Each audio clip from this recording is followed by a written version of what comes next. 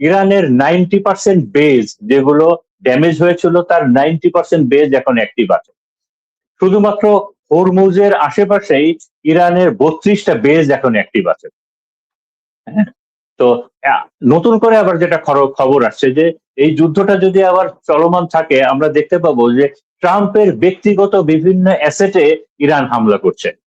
হ্যাঁ, এবং ইউএইর উপরে সব থেকে বড় আঘাতটা আসবে, ইউএইর উপরে সব থেকে বড় আঘাতটা আসবে। এবং আমরা যেমন দেখতে পেরেছিলাম যে এই ইরান যুদ্ধ যখন শুরু হলো, 28 ফেব্রুয়ারি আমেরিকা ইসরায়েলের আটাকের পরপরই আমরা দেখলাম যে ইরান রিটালিয়েশন হিসেবে একযোগে মিডল ইস্টের সকল ইউএস বেস গুলাতে ইরান আক্রমণ করলো, ইসরায়েল অ্যাটাক করলো। এই যুদ্ধটা যদি আবার নতুন করে শুরু হয়, তাহলে দেখা যাবে যে আপনার ইরান একযোগে সবার আগে আরব আমিরাতে হামলা করবে, তার মিসাইল অ্যাটাক করবে, ড্রোন অ্যাটাক করবে। এটা আমরা দেখতে পাবো। এটা দ্বিতীয় হলো যে আমেরিকার কিংবা ট্রাম্পের এই মুহূর্তে কিন্তু কোনো অপশন নাই। November election is knocking, November election is knocking. এবং ফরিদ পাঠান ভাই আরো বলতে পারবেন যে তেলের দাম এবং জীবনযাত্রার মান কত কঠিন হয়ে গেছে এখন আমেরিকায়। তো হ্যাঁ, এবং একই সাথে আরেকটা খবরও কিন্তু এসেছে যে ছিল এই যুদ্ধে ইরানের মাটিতে যতগুলো আনএক্সপ্লোডেড মিসাইল ছিল, ইরান কিন্তু সবগুলোরই রিভার্স ইঞ্জিনিয়ারিং করেছে। এবং তার মানে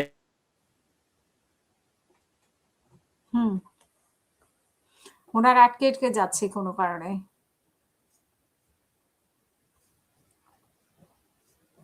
বলেন যে F-35 এর এয়ারক্রাফটের বিষয়ে, এই বিষয়টা আমি কিন্তু ওয়েস্টার্ন মিডিয়াতে পেয়েছি যে আমেরিকান এয়ারফোর্স এবং নেভি এখন আর আগের মতো নাই, তারা ভয়ে আছে, তারা ইরানে আসতে ভয় পাচ্ছে।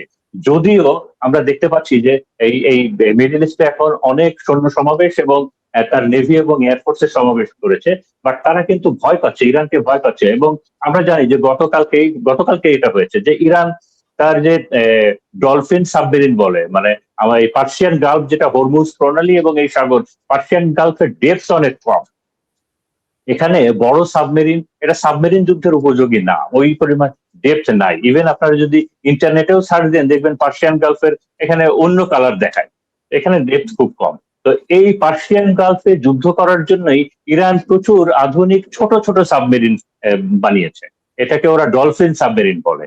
তো এই প্রচুর সাবমেরিন ইরান এই পার্সিয়ান গালফে নতুন করে ডিপ্লয় করেছে এই আমেরিকা এবং ইসরায়েলের এই যুদ্ধগুলো ফেস করার জন্য।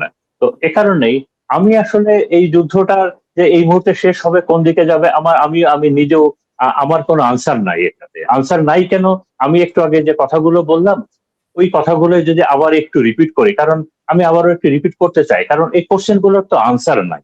কারণ যেটা বললাম আমি যে এটা তো ইয়েস নো দিয়ে আনসার দিতে হয়, মাঝামাঝি কোনো আনসার নাই যে ইরানের নিউক্লিয়ার থাকবে কি থাকবে না, মাঝামাঝি কিছু হয় না। স্যাংশন তুলে আমেরিকা ইরানের উপরে স্যাংশন তুলে নিতে হবে, স্যাংশন তুলে নিবে কি নিবে না, মিডিল ইস্ট গুলাতে আমেরিকার বেস থাকবে কি থাকবে না, এটার তো মাঝামাঝি কিছু হয় না। হরমুজটা কি ইরানের কাছে থাকবে নাকি থাকবে না, এটার মাঝামাঝি কিছু হয় না। ওই প্রক্সি যুদ্ধ যেগুলো হামাস, হিজবুল্লাহ কিংবা ইসরায়েল লেবাননে পুরোপুরি সিজফায়ার করবে কি করবে না, তো এটারও মাঝামাঝি কিছু হয় না। এবং সেইখানে এই ট্রাস্টের অভাব, এই বিষয়টা তো আছেই। তো এ কারণেই এই যুদ্ধটা কোন জায়গায় যাচ্ছে এই আনসারটা এখনো আমাদের জানা নাই। তবে আমার মন যেটা বলছে যে এই মুহূর্তে সবগুলো কার্ডই যেহেতু চায়নার হাতে, এবং চায়নাও চায়না ওই পর্যন্ত যুদ্ধ চায় যে পর্যন্ত যুদ্ধ গেলে তার একটা বড় এফেক্ট চায়নার উপরে যাতে না আসে, ওই পর্যন্ত চায়না যুদ্ধটা চায়। কারণ ইরান যুদ্ধটা যদি সেকেন্ড ফেজে যায়, সেকেন্ড ফেজে গেলে দেখবেন আপনি অনেকগুলো নতুন প্লেয়ার যোগ হয়ে গেছে, যেটা আমি আমার বক্তব্যের প্রথম অংশে বলেছিলাম যে গতকালকে ইউকে এবং ফ্রান্সের তাদের আপনার এই যে নেভাল ক্যারিয়ার রওনা দিয়েছে এই দিকে, এবং এই দুটাই পারমাণবিক শক্তি সম্পন্ন আর কি, ফ্রান্সের এবং ইউকের, এবং শোনা যাচ্ছে জার্মানিও যোগ দিবে তার সাথে। এর সঙ্গে আরব আমিরাত, কাতার এবং কুয়েত, তারা তো আবার আমেরিকার সাথে যোগ দিয়েছেই।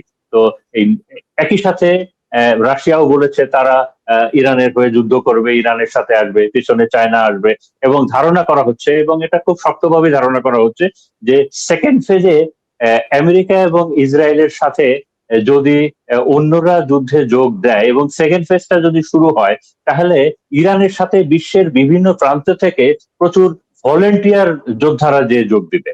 হ্যাঁ, প্রচুর ভলেন্টিয়ার যোদ্ধারা, চেচেন আর্মি থেকে শুরু করে আমরা দেখতে পাবো যে প্রচুর ভলেন্টিয়াররা ইরানের সাথে যোগ দিয়েছে, এবং সঙ্গে রাশিয়া চায়না তো আছেই। তার মানে এই যুদ্ধটা আরো বড় আকারে ছড়িয়ে পড়বে।